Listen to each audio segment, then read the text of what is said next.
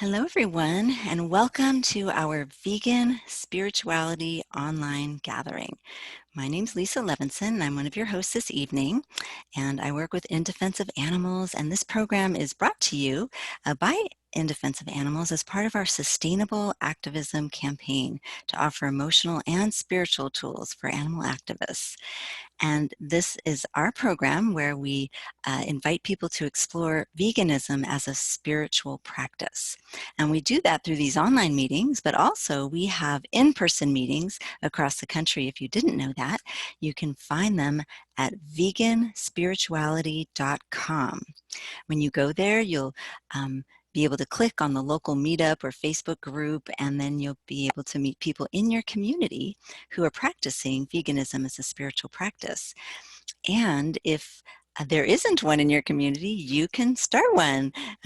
Feel free to reach out to us directly at veganspirituality@gmail.com, and we will help you set one up of your own. So this is a really wonderful, exciting time to all be together and to explore what it means to be vegan and spiritual and the interweaving parts of that dynamic. So first, I'd like to mention that my co-host Judy Carmen, she is with us in spirit and maybe will be shortly. Meanwhile, I'm going to go ahead and introduce our featured speaker today.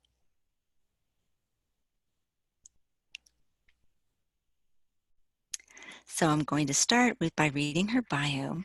And Victoria Kress, she's our featured speaker, is a teacher member of Shelter Animal Reiki Association, which was founded by Kathleen Prasad and Leah D'Ambrosio in 2008.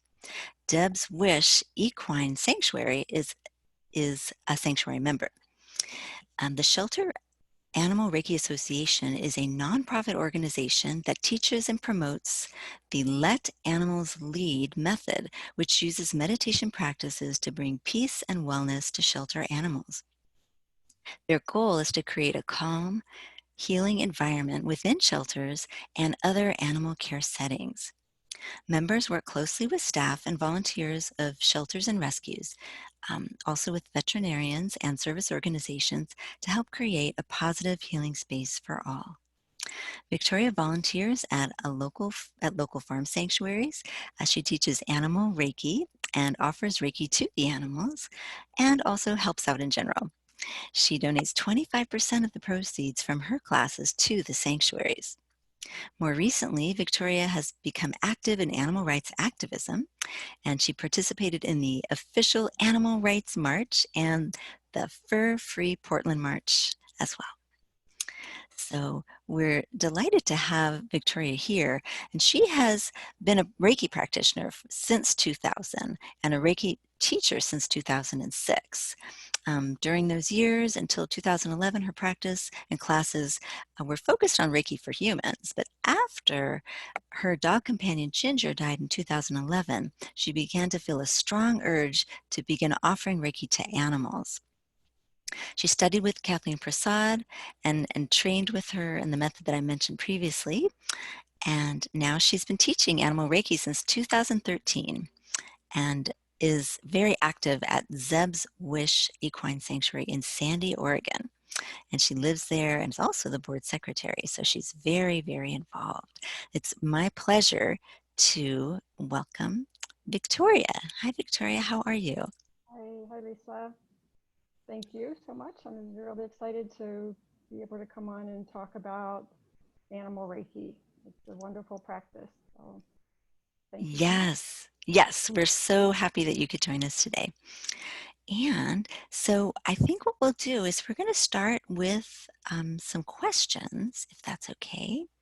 And the first question that I have for you is, let's see here, if you could, a very simple question, but probably an important one. If you could tell us about your journey to veganism. Sure. So I was a vegetarian for a really long time, starting in my early 20s, probably for about 20 years. And then around my early 40s, I became ill and was told that I had a B12 deficiency. And I was convinced at that time by my doctor that I needed to start eating meat again. Um, and I was also given B12 injections.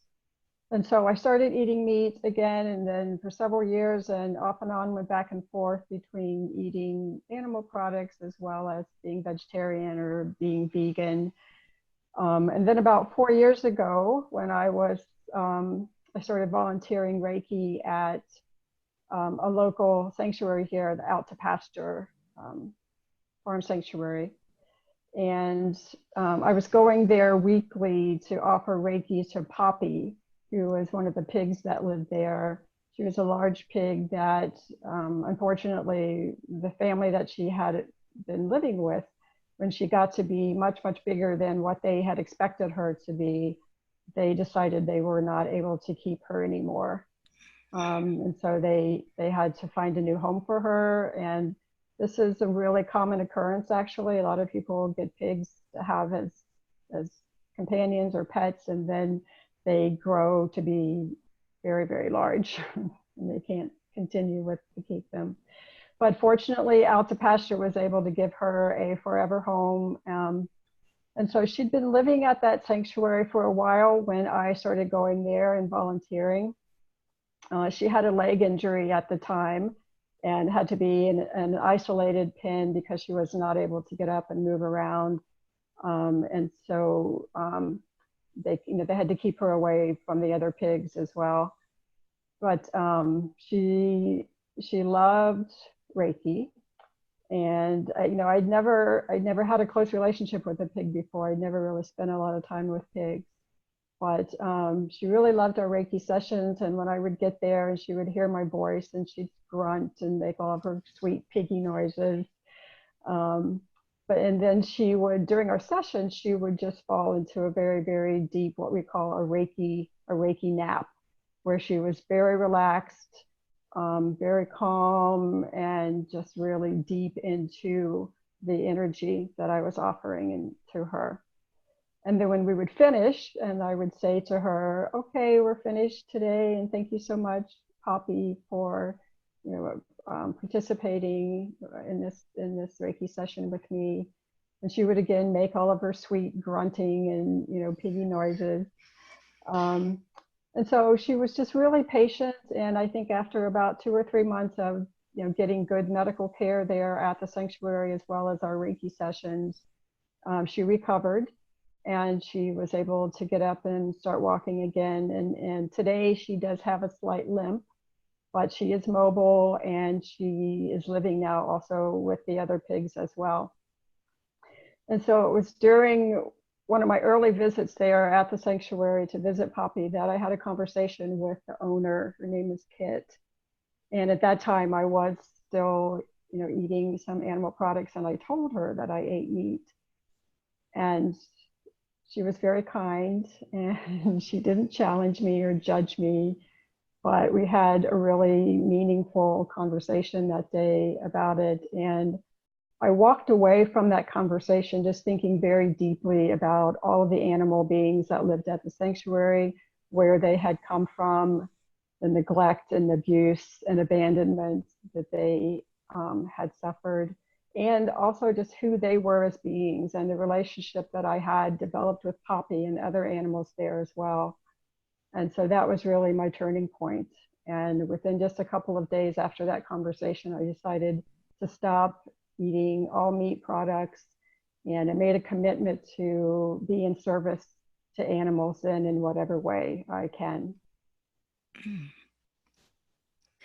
Wow, that is a powerful story. So you had like a one-on-one experience with these Mm-hmm. these animals. That's so sweet. And those conversations can be intense, but it sounds like a very productive one that you had. Mm-hmm. Yeah. Yes, definitely made a difference for me. Well, our second question is if you could tell us a little bit about Reiki itself and also the Let Animals Lead program, how they work, and what inspired you to work with them to help animals. Okay.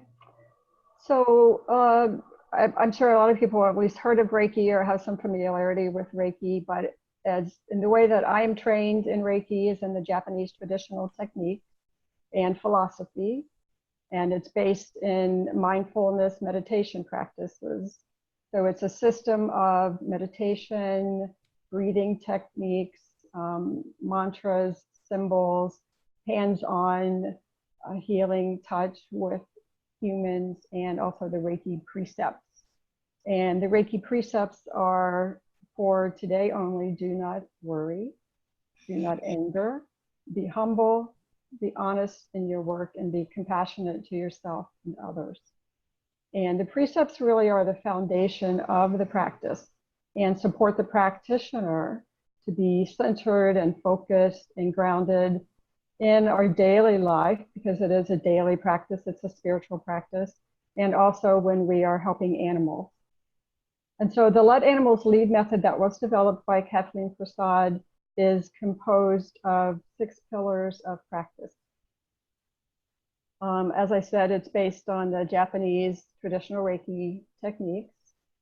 You use touch only when the animal initiates touch, and then only as a compassionate support.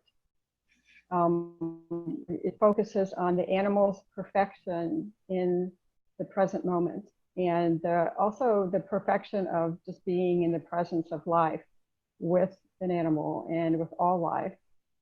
Teaches meditation as a way of compassion, develops mindfulness with animals for peace and healing, honors animals as healers and teachers. And so we practice Reiki with animals rather than as an energy therapy done to animals. And so originally I was inspired to start practicing Reiki with animals because, as you mentioned in the introduction, because of my dog Ginger, who passed away in 2011. And I had been practicing Reiki up until then. My practice had been just focused on people. But after Ginger died, I just began to feel drawn to animals in a way that I never really had before, especially dogs at that time. And so when I would see a dog on the street, there would just be this different kind of connection and this eye contact and exchange of I see you and thank you for seeing me too. And that's when I then began my animal Reiki training with Kathleen. I became a member of the Shelter Animal Reiki Association. I found at that time Zeb's Wish Equine Sanctuary, where I am now, of course, living. And then I started teaching animal Reiki classes here as a way also to support the sanctuary financially. And that was in 2013. So I've been teaching here since 2013, animal Reiki classes.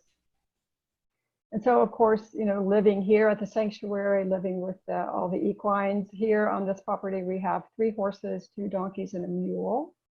And then we have some foster homes where we have other horses that are living as well, being taken care of by the foster folks. Of course, this has given me a lot of opportunities to, practice Reiki, connect with horses in a much deeper, more spiritual, open heart, compassionate way, creating, peaceful space for them as they are here. The motto here for Zebs is humans healing horses, healing humans. And that just fits in so beautifully with what animal Reiki is all about. And, I have to say that animals really have been very profound teachers in my life. They've been a huge blessing in my life. And for the person that I've become honestly a much better person because of them and what they've taught me. And then, of course, volunteering at farm sanctuaries has given me also the opportunity to get to know and spend time with a lot of different other kinds of animals and to open myself to who they are and how they can also be healing partners. Wow, that is beautiful. Sounds like a really profound experience and that you're so involved there at the sanctuary. Mm-hmm. So I'm wondering if you can share any particular, mentioned a couple, but maybe you have a couple more. If you could share some of the healing experiences that you've had with Reiki and animals. Okay, sure. There are two examples I thought I would share today. One is for a cat. Her name is Ginger, also, and she's a cat. At the time I met her, she's an elderly female cat who had suffered a stroke about a year before I met her, and then more recently had started having seizures. And she had a lot of trouble walking. Her back legs were really weak and wobbly. And the person, her human companion, fortunately was somebody who worked in healthcare and was really able to provide her all the health treatments that she needed at home, injections and that kind of thing. And she needed very intense care on a daily basis. But she worried about Ginger. It was difficult for her to watch this deterioration in her health because I think she was 13 and they had been together their 13 years. So she was very much a loved companion. And so I like to connect this to the Reiki precept of for today only, do not worry, because even though her person worried about Ginger was actually just completely, she was okay even with what was happening. I remember the first time I met her, the thing that struck me so much about her was her strong spirit and just her happiness to be there every day with her sister, the other cat, and with her human companion. And even though she was fragile, this was okay for her. And sometimes during our sessions, she would get up and maybe go drink some water or eat something, or get up and walk around, even though she was fragile and wobbly. And it was challenging, but she wasn't worried about what was happening to her body. She was happy. She wanted her person to be happy and to see this and accept that everything was okay. And so eventually that's what she came to, that her person was able to relax and see that Ginger really was okay, and that they had this time together. And so this became a big comfort to her as well, and in turn helped Ginger too to relax and enjoy her time more as well. And so the other example is another pig at a sanctuary. Her name is Paprika, the same sanctuary as Poppy was at. She had also been abandoned. She was a large pig. She'd been abandoned by her family. And when she came to the sanctuary, honestly, she was really angry and very aggressive. And I was afraid of her. She had to be kept away from the other pigs in an area by herself. And I couldn't go into the pen with her. I would sit outside. But she could be pretty aggressive. She was unpredictable in that way as well. So I would sit outside and meditate and just, find through meditation, become very grounded and peaceful and centered, and hold that space and invite her to share in that space with me during the meditation. And so after a few sessions, she began to relax, and I could see she would lay down and be very quiet and close her eyes. And so I realized, she was starting to relax a little bit with me. But the day that I really remember the most was I arrived there. I always talked to her, said hello, and let her know that I was there and that I was there to spend some time with her, that I loved her, that I wanted to share Reiki with her if she was open to that day.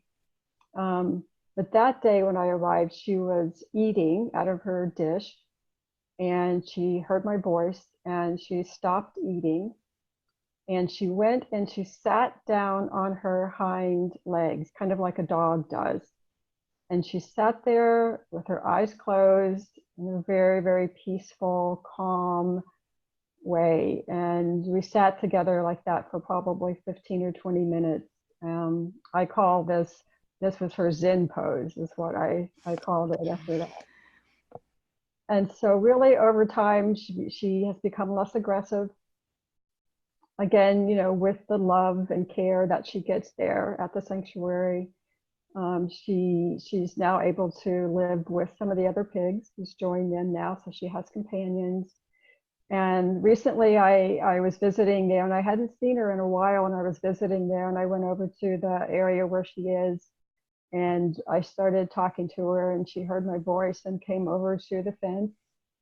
I came right up to the fence, right up to me, and I was able to pet her nose and pet her on the head. And this was such a joy because I'd never been able to do that with her before because she was aggressive and I was always afraid she was going to try to bite me.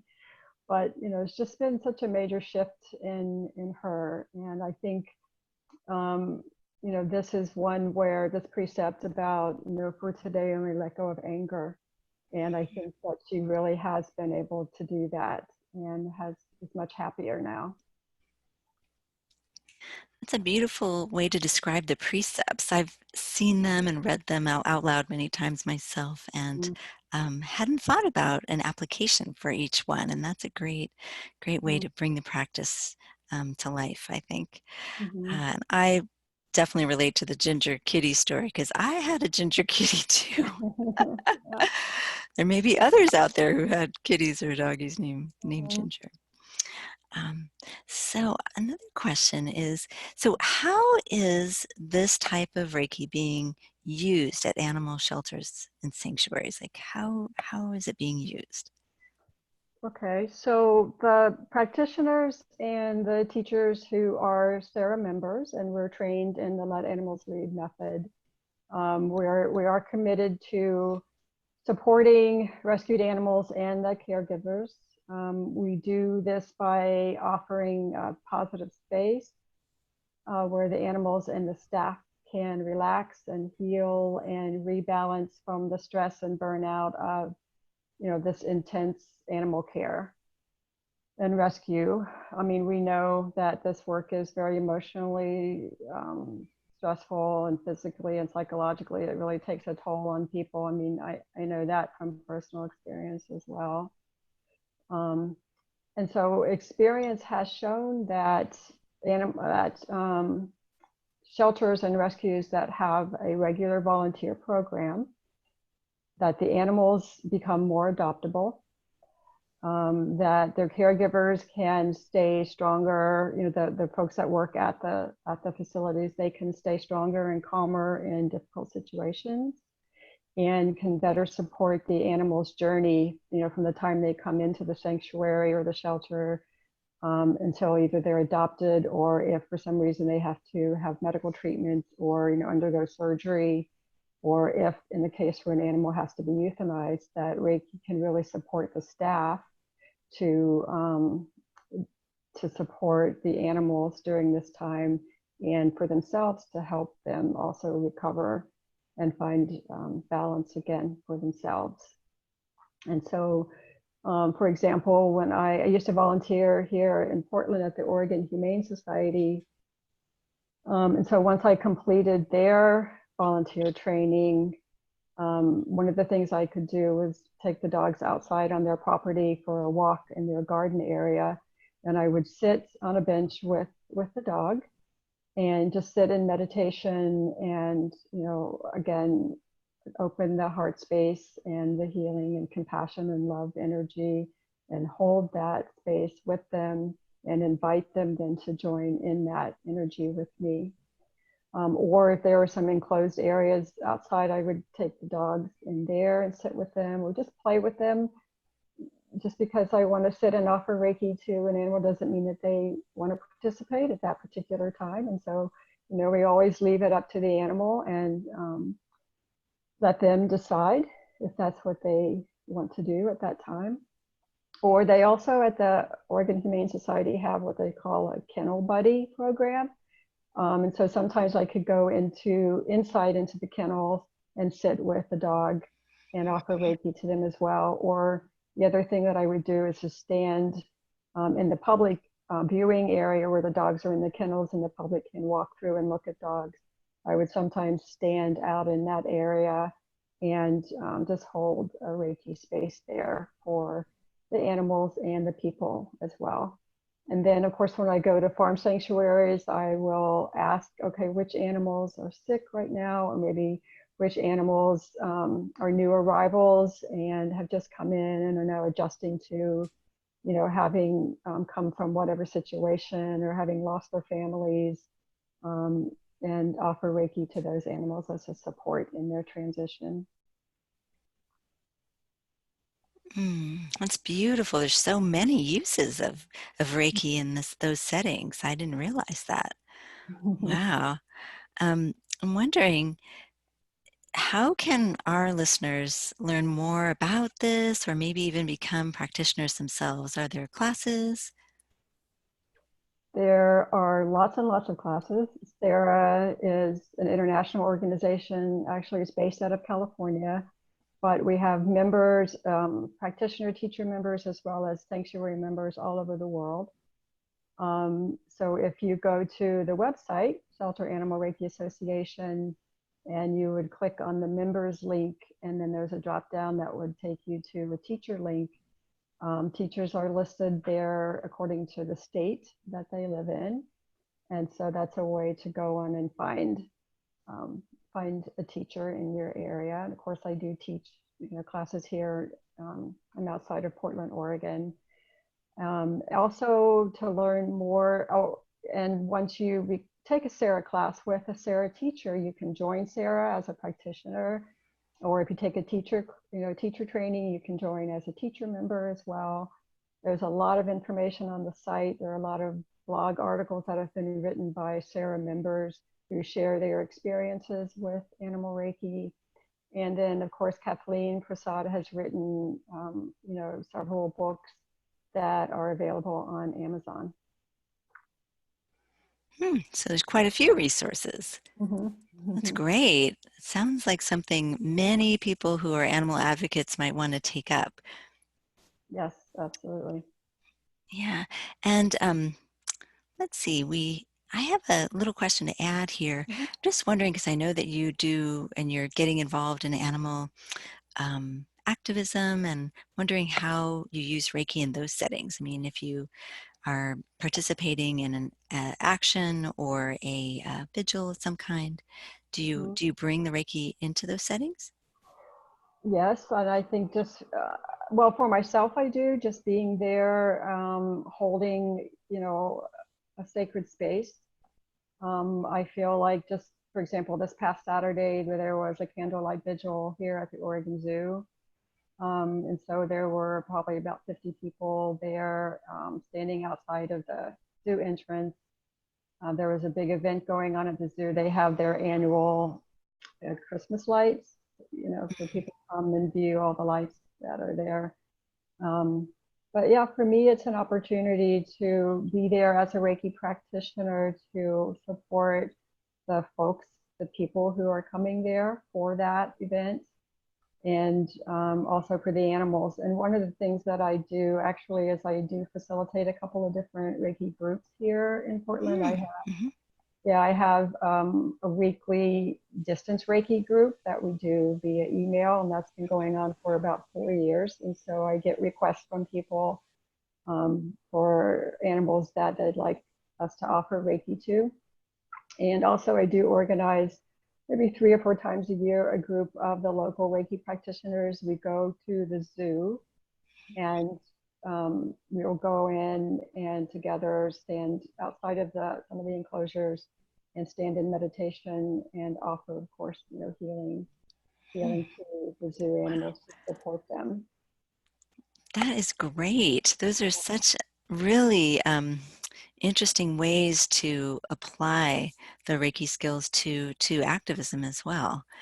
Mm-hmm. I'm sure that enhances it and makes the intention more powerful. It definitely does. And February the 5th every year is World Animal Reiki Day. Mm. And so that's coming up, and there are events that happen around the world. We are here, the Portland group, we're going to go Since the 5th is on a Wednesday, we're going to go on the 1st, the Saturday, we're going to go again to the zoo to go in and support the zoo animals. And we like to offer, this support to the caregivers there at the zoo as well, because they have a really difficult job in taking care of the animals there too. Well, thank you for doing that and for sharing this special day. I didn't know about this holiday, Mm-hmm. and I think I'll celebrate it as well on the 5th.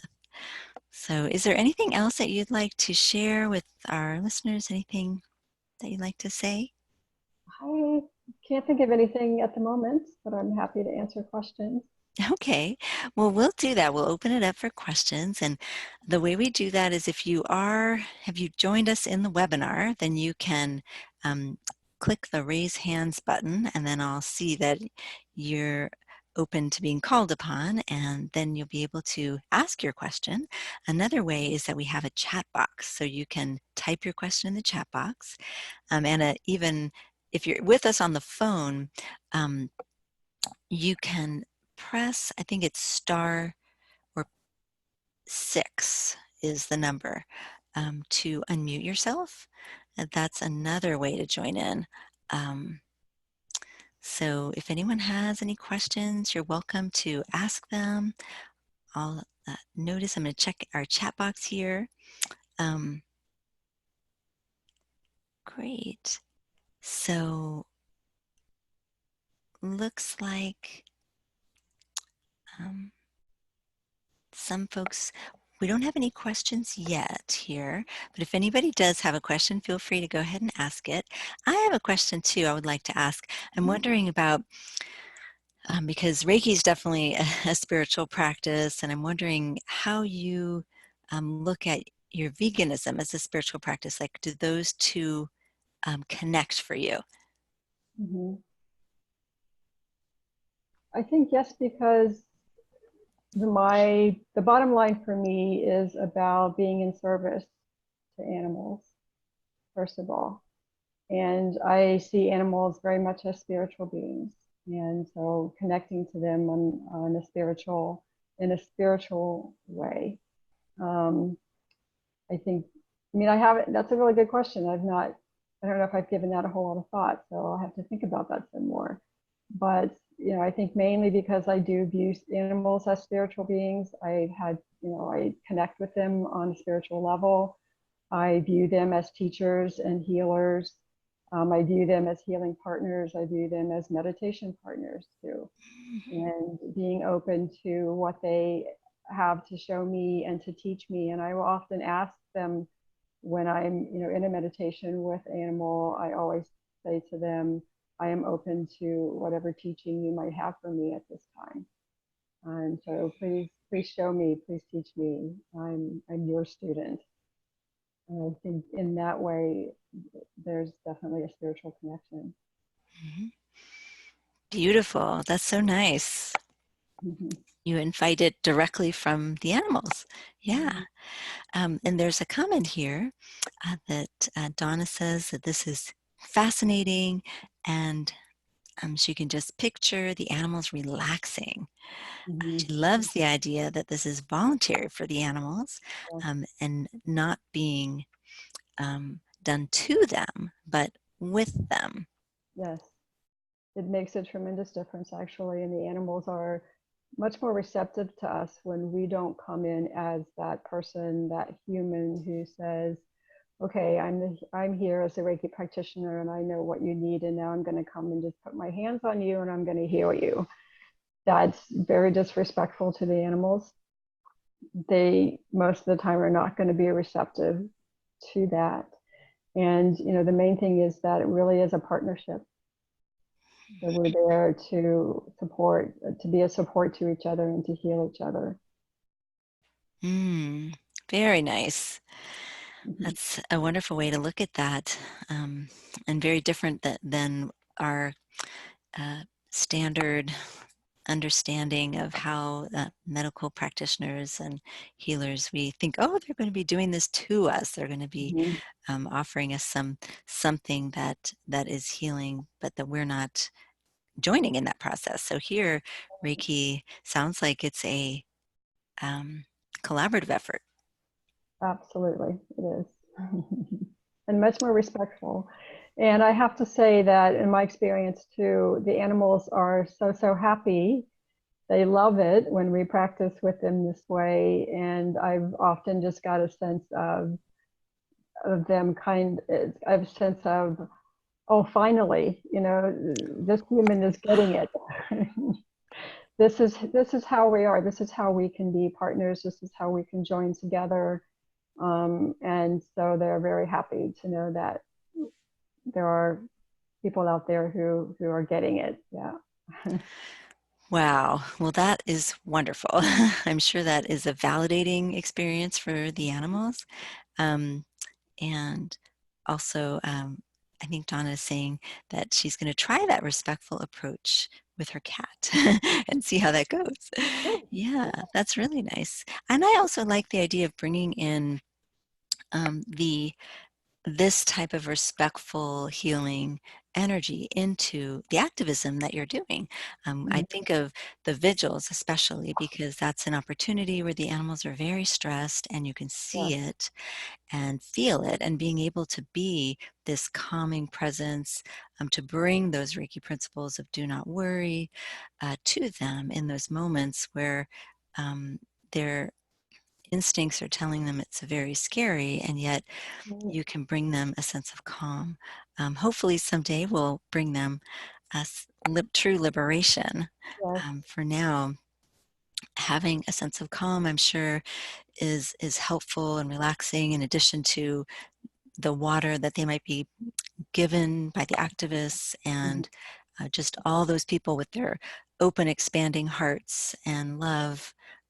That on a spiritual level they may feel that, although they may have a really high level of distress going on at the same time. Mhm. Yeah. Oh, and it looks like we have a couple people who've asked some questions in our Q&A as well. So here's a couple for you. Miriam asks that her cat hyperventilates when she's at the doctor after they check her, Mhm. and she's feral, so they pin her down to check her, and she's wondering if you have any suggestions. Well, I know that Reiki sessions before going to a vet visit can be very helpful. That's something that I have assisted folks with before, whether it be through a distance session or an in-person session, to help the person, because there's an expectation that's already there anyway, that if it's happened, it's probably going to happen again. And so there's already an expectation set up. And so it's also really important for the person to be able to find calmness and peacefulness before that session as well, because the animal is always going to pick up on that, because we're off, they're mirrors to us so often. And so I think, doing something before going to the vet, sitting down, being very peaceful and quiet, just taking some time to really get grounded and centered and peaceful with your cat before going to the vet. Being able to hold that peacefulness and calmness during the visit as well. And then just taking some time afterwards as well to sit in a peaceful and loving space with them can be very helpful. And Miriam continues. She says that the feral cat also has a pancreatic, um, um, I'm not sure what she's meaning here, but something related to her pancreas. And she has to administer medications every day for 3 months. And it's been a little stressful, it sounds. Mm-hmm. She's wondering if Reiki would also be helpful. Absolutely. Again, the same kind of thing where just preparing yourself in a way that's very peaceful and grounded and calm, with the animal, and really just that idea of just being very present, being in the present moment as it is, and sharing that, being quiet, and approaching it from a very peaceful and loving space. And I think, offering to the animal that peaceful, loving, and quiet energy as well. I think so much really depends on us humans, and how what our energy is like too. And so by being grounded and centered, being in a loving space, talking to the animals in a very calming voice, all of these things can, I think, be very beneficial. Wonderful. Those are such helpful tips. And she's also asking Miriam, where would she go to get information on Reiki for animals? Well, again, to the Shelter Animal Reiki Association for sure. There's information there about Reiki, how we practice. There's a lot of good articles there that are written by the Sarah practitioners, so you could probably find something that could also, benefit you in similar situations, possibly that kind of thing. Yeah. Great. Well, she says thank you for the tips. And also, Donna sharing an experience that happened during this our online interview with you, that while she was sharing her comments before, her cat tried to open the door and come in, and she let her in but didn't pet her. And then she opened her hands near the ground, and her cat just put her head into her hands. Oh, yeah. Isn't Yeah. that sweet? That's very sweet. Yes. Yeah, how Mhm. wonderful. So they do have a sense of what's going on and the healing energy or that's there. So wow, that's excellent. This is so interesting. I want to thank you very much, Victoria, for sharing some of the stories and letting us into that Reiki world and what the benefits of it. It sounds like calming, relaxing practices are part of it. And I'll definitely take your tips myself before I give my cat his fluids because he's has a kidney disease. So we enter into that space, and instead of going into battle, we're going to go into love and calmness, which I do try to do, and he's usually pretty good about it. So, yeah. And just, do you happen to get any questions that people ask you often? I'm just curious. Oh my gosh. The type of questions I think that were asked today, those are often, questions, or when is it helpful, and just kind of what kinds of situations, or one is, how do you know when the animal actually is participating in the Reiki session? And so we do look for signs, with horses, for example. Their head may hang down low. They may do some big yawns because they're releasing energy, releasing tension. Their bottom lip, they have those lovely soft mouths. Yeah. So, their bottom lip may quiver a little bit. One of our horses here, his bottom lip will just get really soft and quivery. The eyes, there's very soft eyes.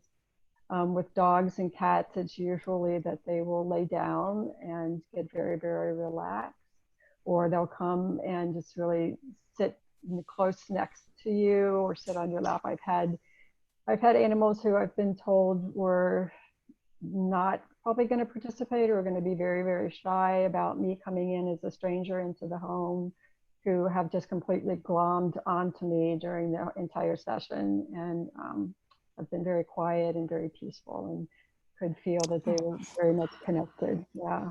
Oh, how lovely. That is so nice. Well, I think what we'll do, we're coming to the close of our session, and I know Judy and I had asked if you would be willing to do our closing and possibly a little meditation for us so we could experience some of that gentle, relaxing energy ourselves. Sure. I'd love to. I thought that today, because of what's been going on, in Australia, that here as a group we can do a little bit of breathing, get ourselves grounded, and breathe out and expand energy out into the universe, and with keeping in our hearts, what's happening in Australia with the animals and the people and with the earth as well. Okay. Ah. So, let's begin sitting comfortably if you can in a chair, feet on the floor, hands in your lap. Maybe take a nice deep breath. And just for a few breaths, become aware of your breathing as it flows naturally in and out.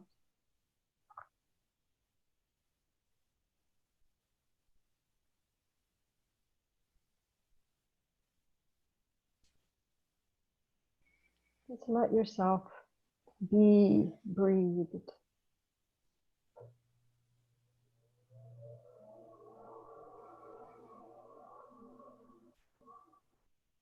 And on your next in-breath, take a deep breath into the lower belly. This is the area of the body, the energy center that in the Japanese Reiki you call the hara. And this is the energy center that connects us to the earth. And so breathing deeply into the lower belly, filling the belly with your breath, and breathing out, just letting your body start to relax. Let tension flow out of your body. A couple more deep breaths into the belly and flowing out, releasing tension.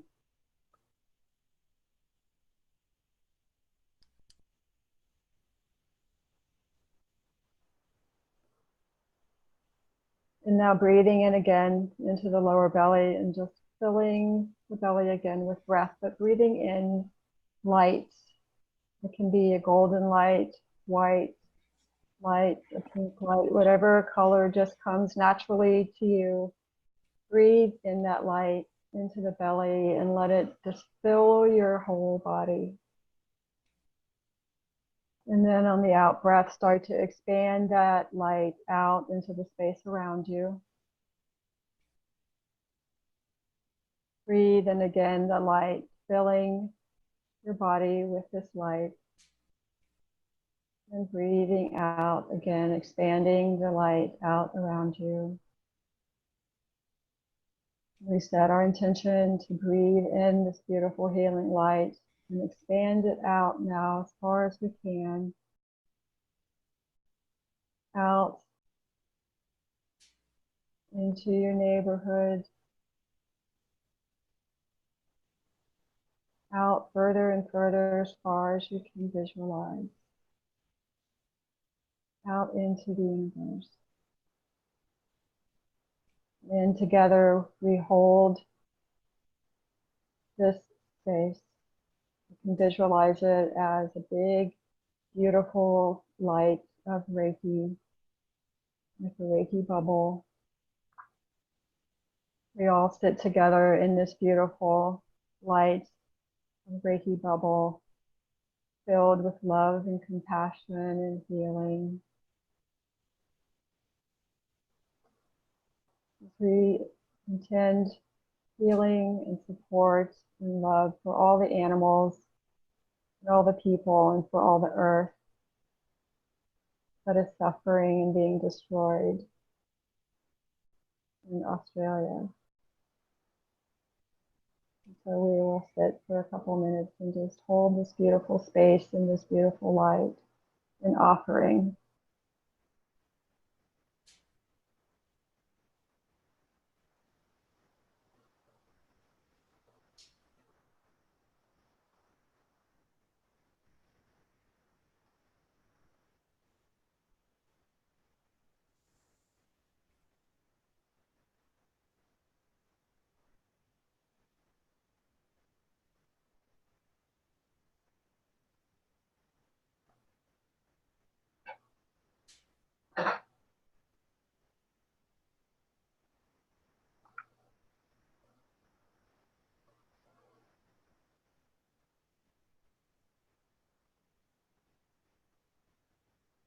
When your mind wanders, as it will, come back to your breath. Breathing in again into the hara, expanding again that healing, beautiful light out into the universe.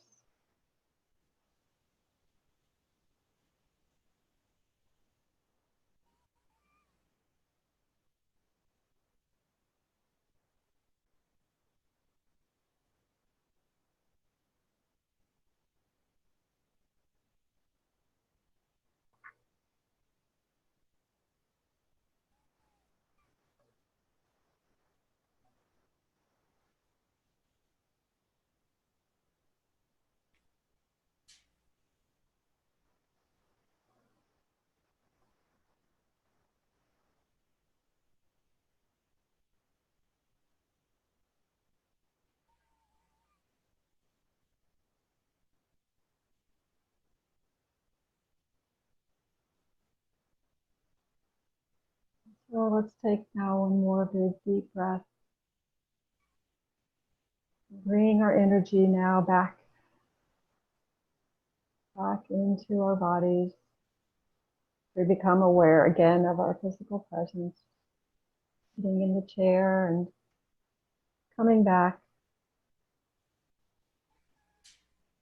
and just being grateful, expressing our gratitude for this opportunity to share in these moments and to offer healing, be connected in this way. Thank you so much.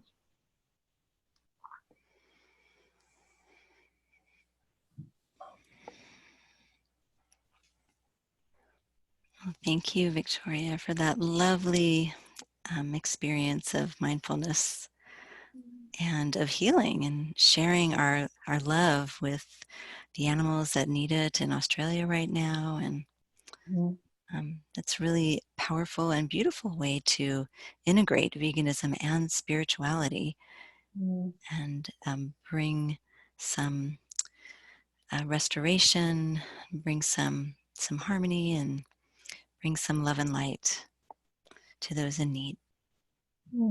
Yes. Yeah. Thank you, Lisa. Oh. So as we close, is this meditative state part of Reiki? Would you say that's part of what Reiki is about? It's absolutely part of what Reiki is about. It's the foundation of the practice with animals. Absolutely. Wonderful. Well, thank you. That's very encouraging and will be part of our 2020 resolutions would be to dive into some meditation practices so that we can expand our healing and magnify our efforts to spread compassion around the world, just as we did with our meditation just now. So I want to take a moment and just thank everyone who's joined us. Our time is precious, and being able to unite in this way is it's very special. And we're grateful to the technology that we can do this together, even though we're in different physical areas. But we do know that we're spiritually connected. And I hope that you'll join us for some of our other interviews. We do offer this program every other month, and if you register, you'll get a reminder about the next one. And to just have a moment just to thank Victoria. Thank you so much for sharing your passion with us, which is about Reiki, and then giving us that real experience of it for a few moments here tonight. Thank you also for this really wonderful opportunity to share. Yes, it's truly, truly been a blessing and such a lovely way to begin the new year and new decade. So may we bring that sense of peace and peace of mind, peace of heart, and peace in our bodies into this new age. So thank you to everyone who's joined us tonight, and we'll be signing off. And just I hope that you are able to stay in some of that wonderful energy that we shared together as you go on with your evenings. So have a lovely evening. Take care, everyone. Good night.